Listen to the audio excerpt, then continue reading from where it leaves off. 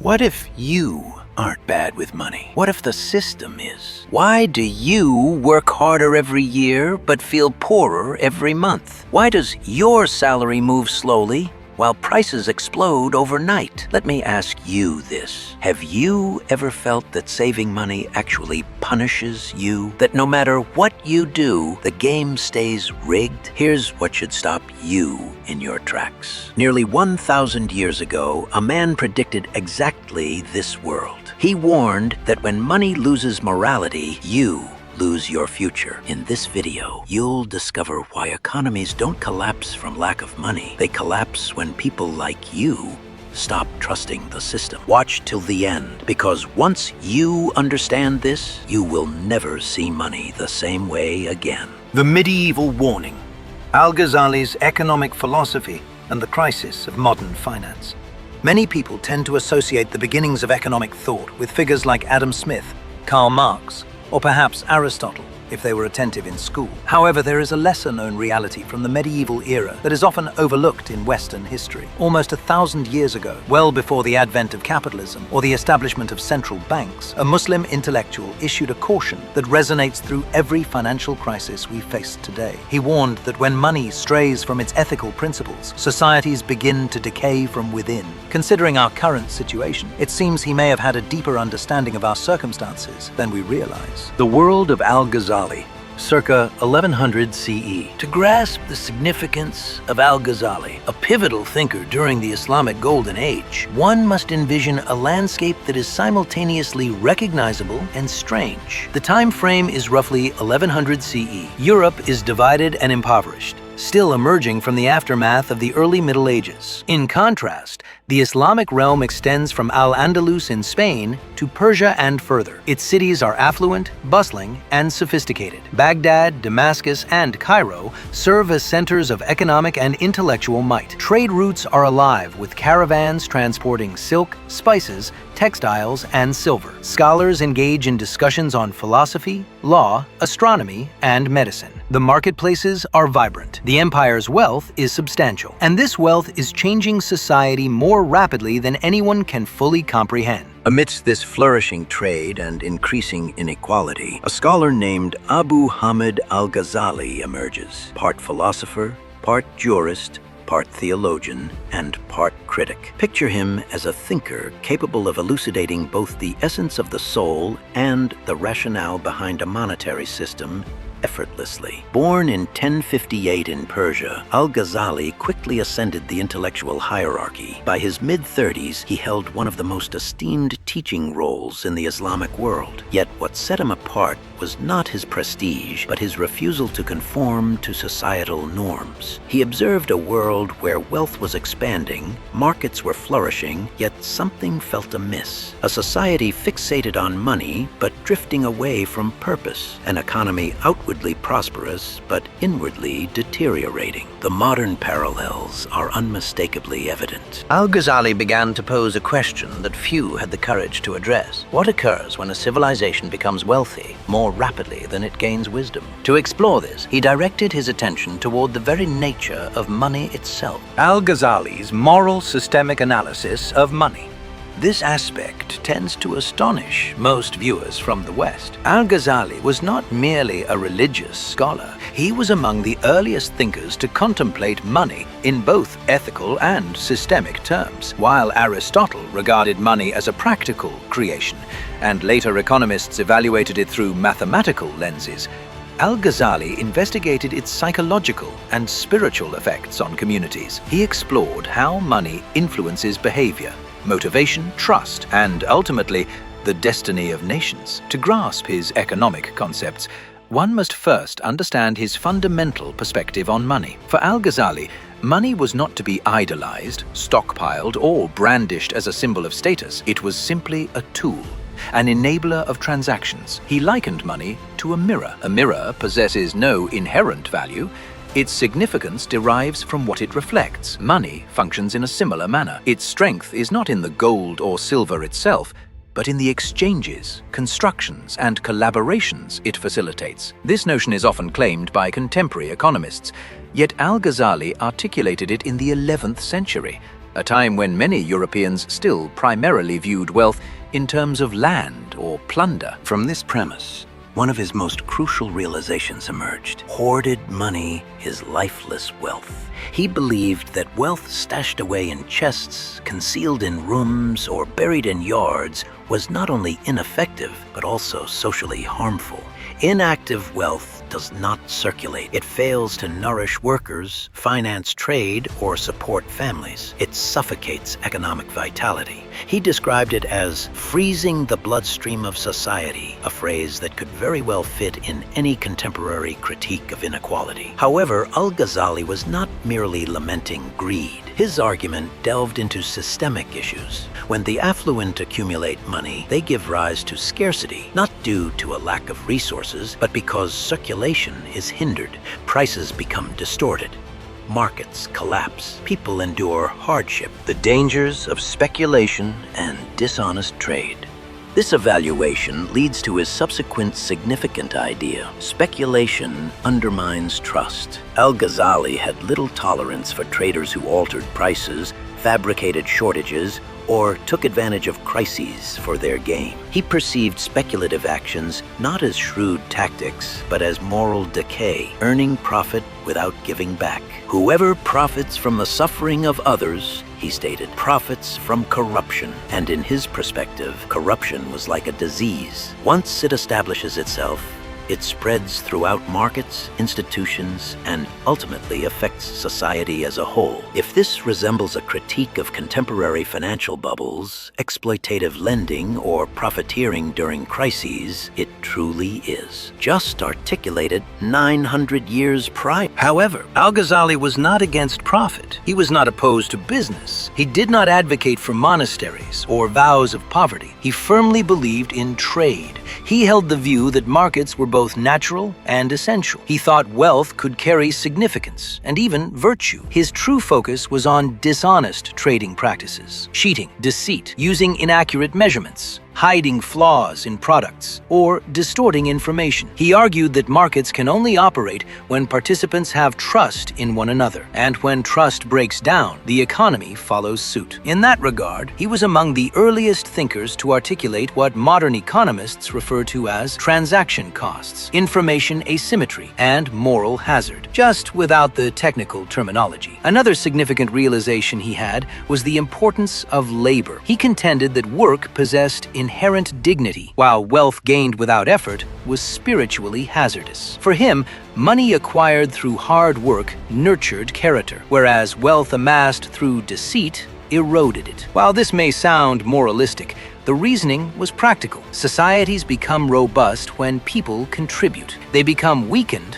when individuals take advantage. Critique of state intervention and currency debasement. However, Al-Ghazali went beyond individual concerns. He also presented one of the earliest critiques against state involvement in currency matters. Like many contemporary leaders, medieval authorities frequently debased gold or silver coins to stretch their financial resources, effectively imposing a hidden tax on citizens through inflation. Al-Ghazali condemned this practice completely. He viewed currency debasement as theft, as it undermined trust in the market. It negatively affected the poor, who ended up with inferior coins. It destabilized the financial system from the upper echelons. He contended that while the state should ensure fair markets, its involvement should be limited. Rulers ought to safeguard the economy instead of manipulating it for immediate benefits. He cautioned that unjust leaders could ruin prosperity faster than any external adversary. The modern comparison is clear without further explanation. Al-Ghazali's critiques of rulers stemmed not from theoretical musings, but from observing the actual conduct of states. During his era, political fragmentation was on the rise. Dynasties were vying for legitimacy, local governors sought increased revenues,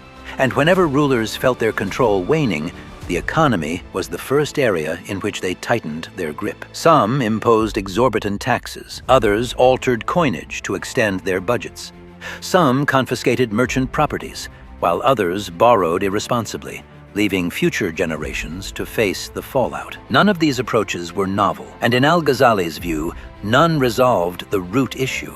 He believed corruption at the top radiated downward like poison. When a ruler deceived his subjects, merchants felt justified in deceiving their clients. When institutions failed to uphold integrity, individuals saw no reason to act responsibly. The entire economic framework, from the royal treasury to local markets, became a chain reaction of distrust. His conclusion was both stark and straightforward. A society can endure poverty, but it cannot withstand corruption. Economic collapse is seldom due to a lack of money or resources. It is primarily about the erosion of trust, the invisible bond that holds together every transaction, contract, currency, and institution. When trust diminishes, even the wealthiest nation becomes vulnerable. With this in mind, his views on currency become clear. For Al-Ghazali, the stability of currency was entirely dependent on honesty. Diluting the metal content of coins, debasement, was not merely poor policy. It was an act of deception. It was a betrayal. A ruler who meddled with the currency was not being astute. He was gradually stealing from his populace. What might appear to be a minor change in a coin's purity was, for Al-Ghazali, the onset of economic decay. He foresaw that if states frequently interfered with currency, the populace would ultimately lose trust, forsake their local currency, and turn to more reliable foreign currencies instead. 1,000 years later, these patterns re-emerged in Weimar Germany, Zimbabwe, Venezuela, Argentina, and in any modern scenario where people abandon their own money due to a lack of faith in its backing. Meanwhile, inflation discussions and worries in the 21st century reflect precisely what this medieval thinker comprehended: that money fundamentally operates as a belief system, and once belief dissipates, the system ceases to function. The moral ecosystem of finance. However, Al-Ghazali's perspective on finance transcended mere currency and taxation. He recognized a deeper aspect of human nature. Individuals hoard due to fear. They engage in speculation driven by greed. They resort to deceit when they believe they can evade consequences. They manipulate money because it is easily influenced. They justify unethical gains by reasoning that everyone else is doing likewise. And when exploitation becomes normalized within a society, the seeds of collapse are already sown. This belief informed one of his most significant insights: an economy cannot be repaired without addressing the incentives that influence human behavior. Laws are important and markets are crucial, but at the core are people making decisions shaped by emotions, ambitions, fears, and desires. If the systems of a society do not realign those incentives toward productive and honest actions, the economy will tend toward corruption, instability, and eventual ruin. This is why Al-Ghazali emphasized the ethical aspect of accumulating wealth. For him, wealth devoid of responsibility was not only spiritually hazardous, but also a danger to the common good. He saw wealth as not innately negative. It merely became incomplete without a sense of purpose. A society becomes robust when people give more than they take, and when the desire to accumulate wealth is counterbalanced by a commitment to uplift others. However, when wealth is divorced from social responsibility and profit-seeking overlooks community welfare, the system weakens. A self-centered society ultimately crumbles under its own burden, and when it does, everyone bears the cost, including those wealthy individuals who believed they were protected. Civilizations flourish when individuals grasp the concept of balance. They decline when that balance is broken. Conclusion: the echoes of the 11th century in modern crises. This leads us directly into contemporary society, a society where Al-Ghazali's observations resonate less like ancient philosophy and more like an analysis of our current circumstances. We exist in a global economy where money circulates quicker than meaning, where wealth inequality nears unprecedented levels, where markets frequently prioritize speculation over genuine contributions, where trust in institutions continues to drop annually, where inflation subtly diminishes purchasing power, and where financial bubbles swell, burst, and re-emerge with predictable regularity.